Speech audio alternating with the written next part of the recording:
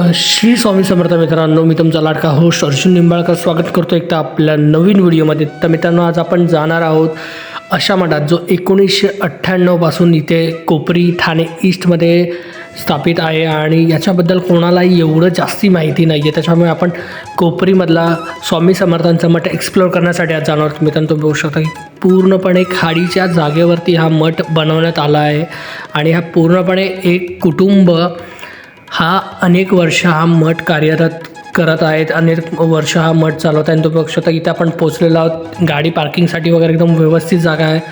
तर तुम्हाला इकडे येण्यासाठी ठाणे ईस्टवरून 10 ते 15 मिनटं तुम्ही चालत येऊ शकता. इथे स्वामी समर्थ सेवा व आध्यात्मिक विकास केंद्र असं या मठाचं नाव आहे. आणि आधी आपण पण इथे मठामध्ये पण जाऊया आणि एक एक गोष्ट एक्सप्लोअर करूया. तर सुरुवात आपण इथून हातपाय धुवून करूया आणि तिथून मग आपण हळूहळू पुढे जाऊया. या मठाबद्दल अनेक ऐतिहासिक गोष्टी आहेत, त्या तुम्हाला एक एक करून मी सांगणार आहे. तर आपण आधी स्वामींचं दर्शन घेऊया, त्याच्यानंतर एक एक गोष्टी आपण एक्सप्लोअर करूया. तर आपण आधी जाऊया स्वामींच्या मठाकडे, मेन मंदिराकडे. आपण तिकडे जाऊन आधी दर्शन घेऊया. मित्रांनो, हे मंदिर खूप जुनं आणि खूप पौराणिक असल्यामुळे याला खूप चांगला आणि आध्यात्मिक असा इथे वास आहे. तुम्ही बघू शकता की इथे आपण दर्शन घेऊया. तर सुंदर असा मठ आहे. इकडे दत्त जयंतीची तयारी चालू आहे, त्याच्यामुळे तुम्ही बघू शकता इकडे सगळेजण डेकोरेशन सजावट करण्यासाठी व्यस्त दिसत आहेत. पण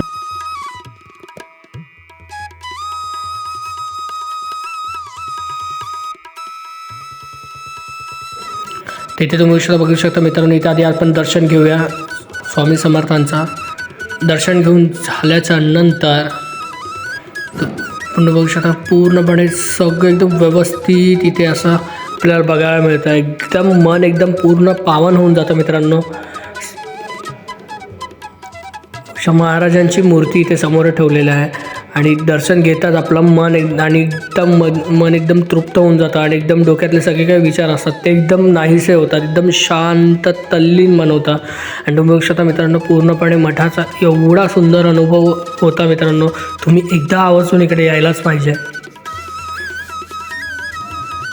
प्रत्येक देवी देवतांची इकडे फोटोंची दररोज पूजा होते आणि बघू शकता की पूर्णपणे सुंदर अशी मूर्ती समर्थांची इथे ठेवलेली आहे. आणि त्याचबरोबर अनेक देवी देवतांचे सुद्धा इकडे आपल्याला प्रतिमा बघायला मिळत आहे. एकदम सुंदर आणि एकदम अद्भुत असा हा एक्सपिरियन्स होता. मित्रांनो,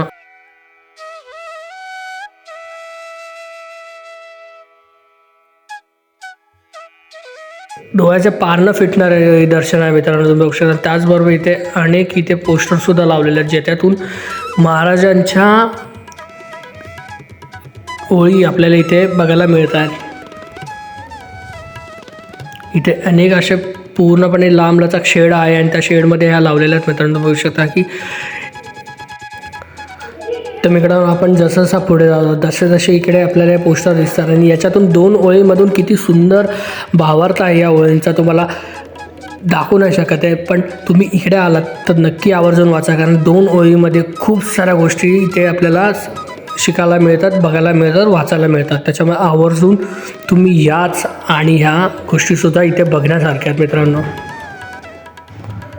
बघू शकता पूर्णपणे सुंदर आणि असं मोठी जागा, प्रशस्त जागा आहे इथे. मित्रांनो, बघू शकता आपण इथे आता दत्त जयंतीची तयारी चालू आहे, त्याच्यामुळे थोडी अस्तव्यस्त आहे. पण इथंचं वातावरण एकदम शांत, एकदम भक्तिमय आहे. मित्रांनो, बघू शकता पूर्णपणे मैदान आहे. त्याच्याबरोबर मंदिराच्या एक्झॅक्ट समोर आहे औदुंबराचं झाड. तर औदुंबराचं झाड तुम्हाला काही वेगळं सांगायची गरज नाही आहे. सुंदर, प्रशस्त आणि एकदम असं सुंदर असं झाड आहे. आणि तुम्ही बघू शकता इथे सुद्धा आपण इथे फेरा मारायला अनेक लोक येतात, फेरा मारतात, मनातल्या इच्छा असतात त्या सांगतात, बोलतात आणि त्यांच्या त्या इच्छा पूर्ण होतात.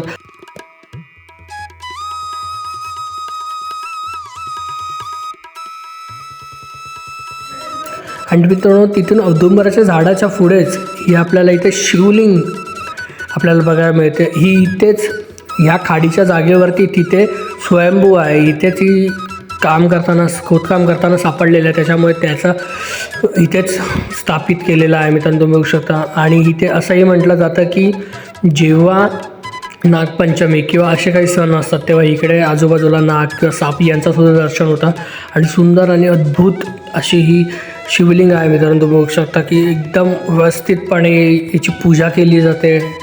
त्याचबरोबर अनेक जण इथे दर्शनाला येतात, तर सुंदर अशी याची काळजी घेतली जाते मठाकडून. तुम्ही बघू शकता की इथे पूर्णपणे असं एकदम व्यवस्थित सगळं मांडलेलं आहे आणि इथे स्वयंभू ही मूर्ती आपल्याला इकडे भेटलेली आहे.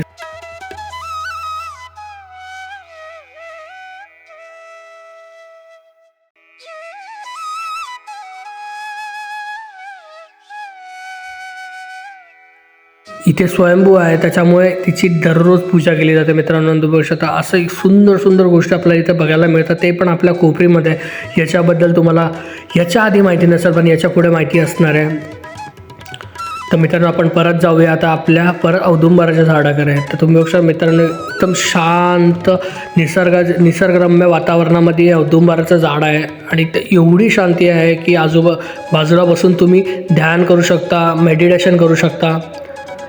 पूर्णपणे शांत असं वातावरण आहे मित्रांनो. तुम्ही बघू शकता की इकडे पूर्ण आध्यात्मिक केंद्र म्हटलं जातं. इथे बसून अनेक लोक शांती आणि सुख शांतीची प्रार्थना करतात, मेडिटेशन करतात. तर मित्रांनो बघू शकता असा हा सुंदर मठ कोपरी ईस्टला आहे. तुम्ही आवर्जून भेट द्या आणि व्हिडिओ कसा आवडला ते सुद्धा कमेंटमध्ये सांगा. ठीक आहे, चलो थँक्यू, बाय.